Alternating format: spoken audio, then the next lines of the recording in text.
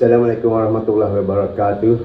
Persidangan Parlimen dipanggil oleh Perdana Menteri untuk membincangkan ataupun membentangkan laporan Suruhanjaya Diraja tentang TH tabung haji atau RCI TH. Kebanyakan ahli Parlimen pembangkang sudah tidak bersemangat lagi untuk membicarakan tentang RCI tabung haji ini, kerana sebabnya adalah Perdana Menteri sendiri tidak dapat hadir kerana berada di hospital. Mereka berkata kalau tak dapat hadir, buat apa nak bentang, buat apa nak berbahas. Kiranya punca utama RCI ini, Perdana Menteri sendiri tidak berada di Parlimen. Seheluknya sidang ini ditangguhkan ataupun diadakan pada waktu yang lain. Itu yang mereka. Bagi orang biasa macam saya nak tahu juga apa sebabnya RCI ini nak dibentangkan. Apa yang Perdana Menteri ataupun Parlimen hendak rakyat tahu. Isu-isu sebenar RCI TH ini adalah berkenaan dengan tadbir urus, tekanan untuk membayar hibah yang tinggi, kelemahan dalam pengisytiharan kerugian pelaburan oleh TH, dan juga untuk mendedahkan keputusan pelaburan yang salah.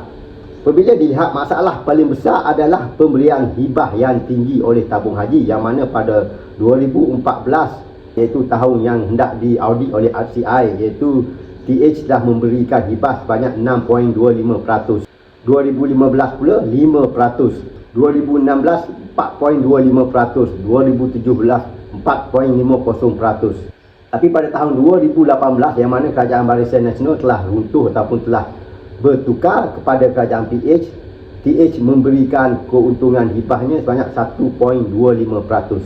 Dan selepas PH memerintah telah melakukan rombakan, ini yang dikatakan melakukan rombakan dan membuat pengiraan semula, hibah yang diberikan pada 2019 ialah 3.05%, dan selepas itu pada tahun 2020, iaitu tahun akhir audit RCI ini dibuat, hibah yang diberikan pada tahun 2020 adalah 3.10%. Isu-isu yang lain berkaitan dengan RCI TH ini adalah isu defisit 4.1 bilion. Pada tahun 2014 hingga 2017, apabila Jabatan Audit Negara menganugerahkan audit bersih pada tabung haji pada tahun tersebut, iaitu tahun 2014 hingga 2017, dan selepas itu apabila diadakan RCI mendapati tempoh tersebut sebenarnya RCI mendapati 4.1 bilion itu rugi kerana aset kurang daripada liability, iaitu hutang TH lebih banyak daripada aset yang dia ada. RCI juga mendapati TH telah menjadi kreatif dengan memberi hibah kepada pendepositnya dengan jumlah yang tinggi. Apabila TH membuat kerugiannya ditunda ke tahun ke depan, bermakna tahun ini tidak ada rugi, jadi boleh bagi hibah yang tinggi. Ini RCI mendapati tidak boleh ataupun tidak betul. RCI juga mendapati pelaburan TH mengalami masalah ataupun tidak mendapat keuntungan, yang mana antaranya TH telah membeli ataupun membuka ladang-ladang estate dengan banyak, tetapi yang aktif adalah 58% sahaja yang memberi pulangan.